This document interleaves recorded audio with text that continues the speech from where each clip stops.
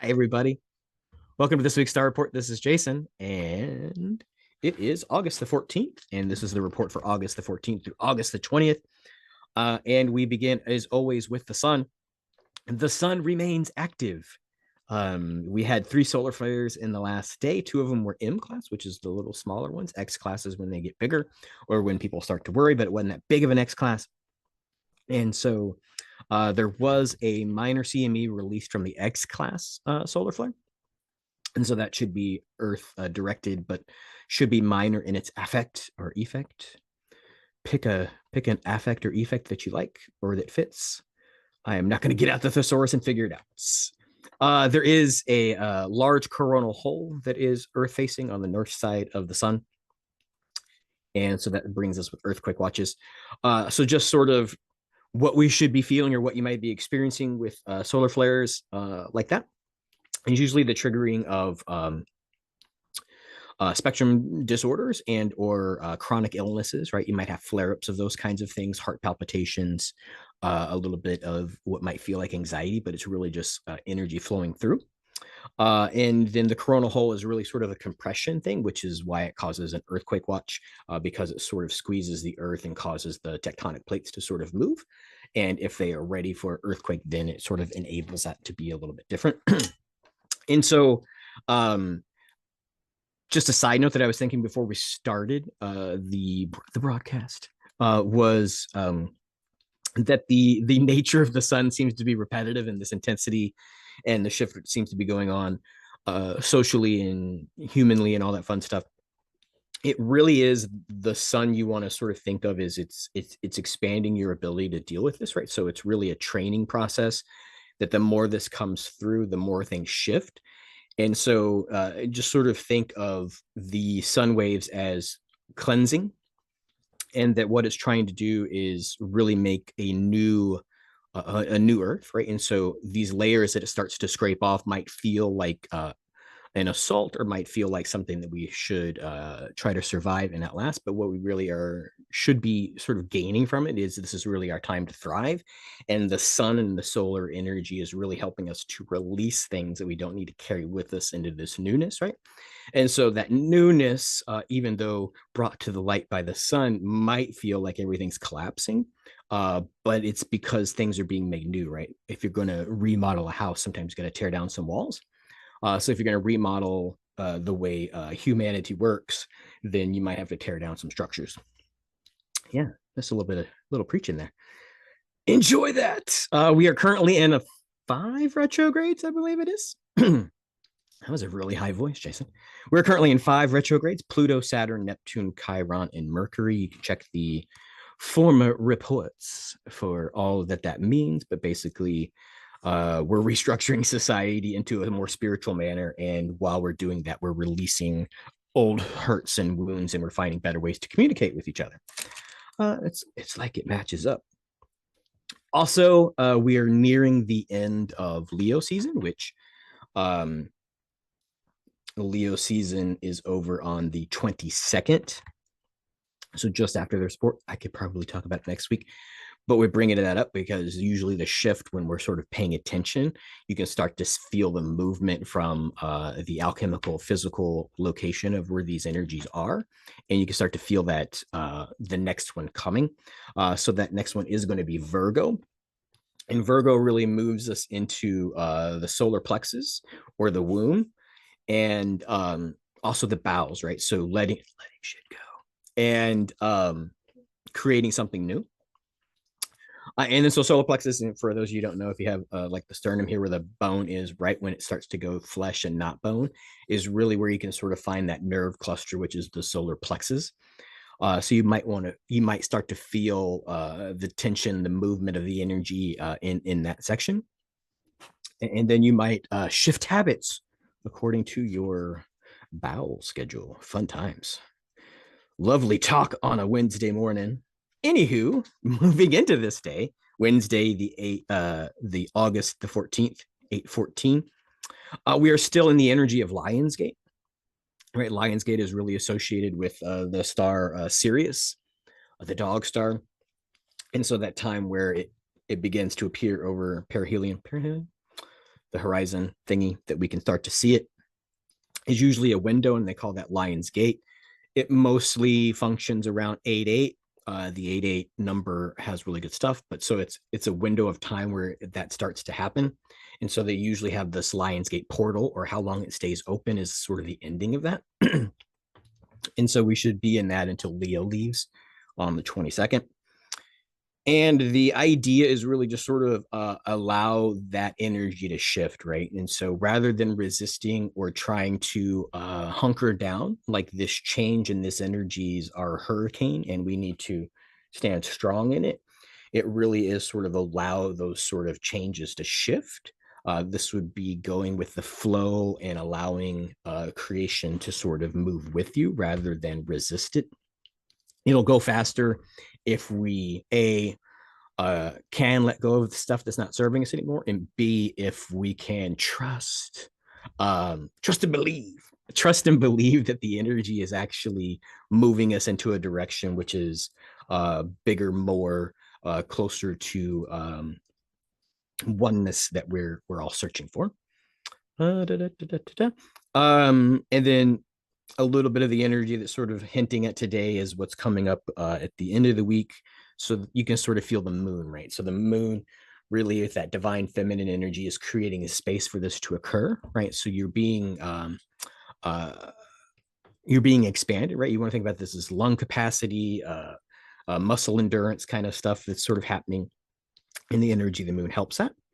Leads us into tomorrow, Thursday, 8:15, 22 Master Day. That means that the numerology of the day adds up to 22. 22 Master Day, usually the number of change, right? So, oh my gosh, it's energy of change again, or still. A lot of the energy that's sort of shifting in this mastering is sort of career oriented, right? Who are you being in order to benefit or provide value? That's better. You know, it's not necessarily an economic exchange of money or expense, but what are you becoming to create value for yourself and for your fellow humans is the energy of Thursday. That sounds like a big Thursday. A lot of this stuff is going to start to manifest in the physical form. So you're going to want to pay attention on Thursday, the clues that your body's giving to you. You could look at certain things like Louise Hay, or I believe Dolores Cannon's daughter wrote a similar book.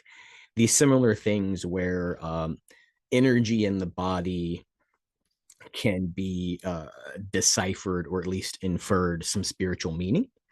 So if you're having difficulty in the physical form, you can sort of see how to address that on Thursday by sort of feeling where in the body you are experiencing those things, right? And that's also why I give the alchemical nature of the zodiac, so that you can sort of say, hey, I'm starting to feel this here. Is it zodiac, or is it someplace where I'm holding it?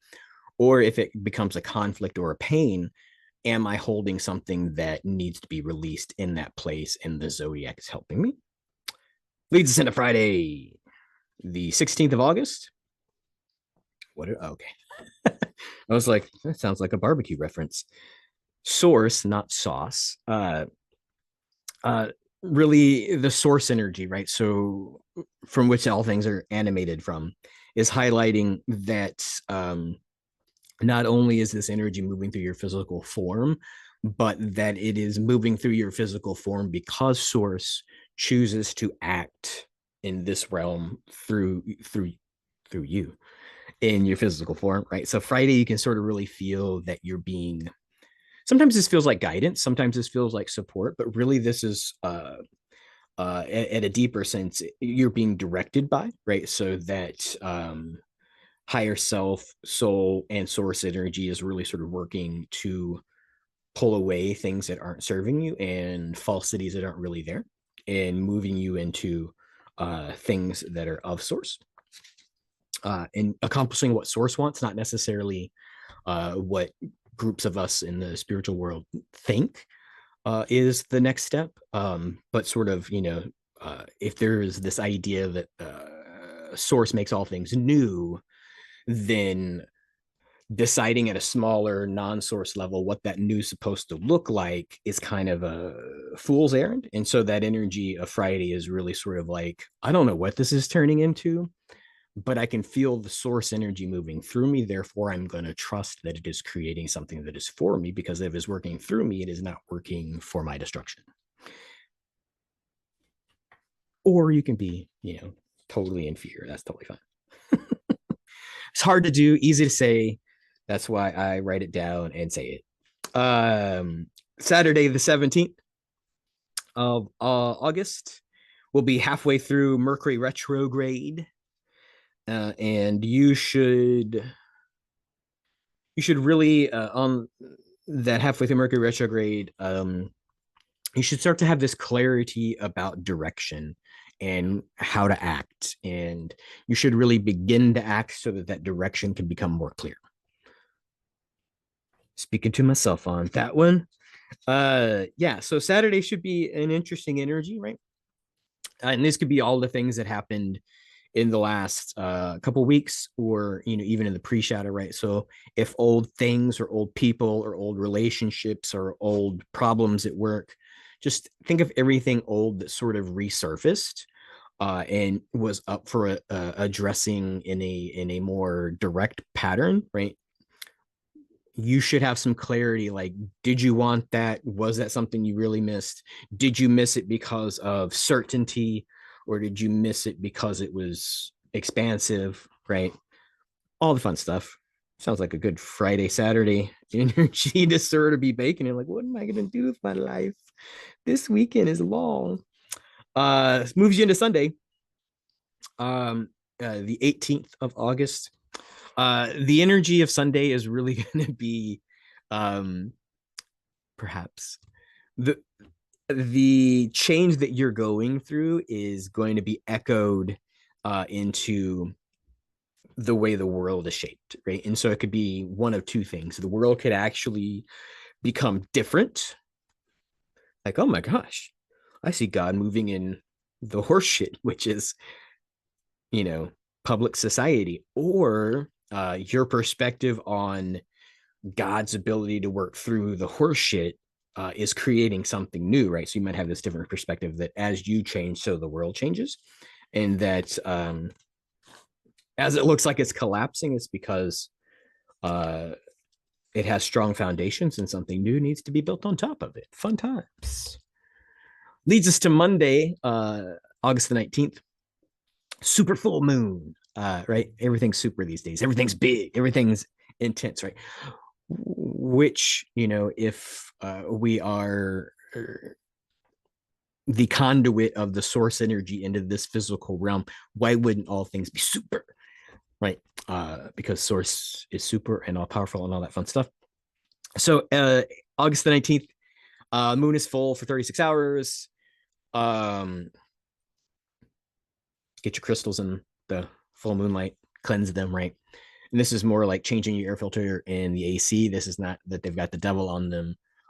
This is not a necessity. You're not going to whatever if you don't do that, but it's just sort of a good housekeeping thing to do. If you have lots of crystals and you use them for spiritual work, then they might get tired, and recharging them in the full moonlight is awesome.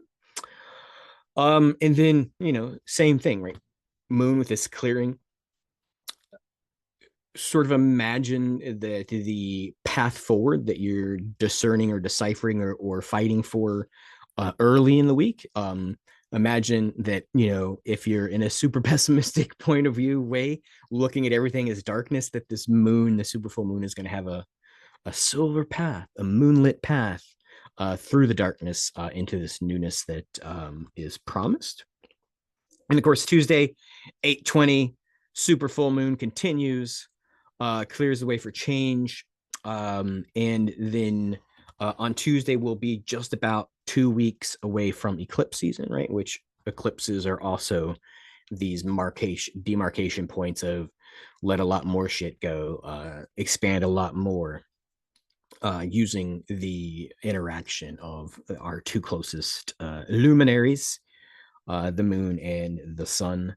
And that's probably true. They're there, and there's something, whether you believe the Earth is round or the Earth is flat. So Tuesday is this energy of shifting into sort of a high gear of we're seeing the path forward through this super full moon, and we're ready to take out the machete, as it were, if we were walking through a jungle of darkness, and we're gonna any kind of obstacles that keeps us from our way, we're going to help those remove. And that's what's going to happen during eclipse season. That'll be a solar and a lunar eclipse, right? That's why they call it a season.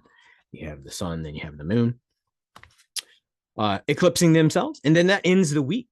That I think is everything. Of course, shop's still here. Jason's still here. Crystals are still in the shop if you need to come by and grab a crystal. And of course, you can still book your sessions online at newdimensionscrystals.com. Or you can just come by and say, hey, what the hell did you mean about this report? Could you clarify some more stuff? And I'd be glad to do that. Downtown Brenham, Texas. We're right next to the radio station. I believe the address, if you're really into it, is on the website, so you can come by and see. Until next week, everybody, I wish you many blessings.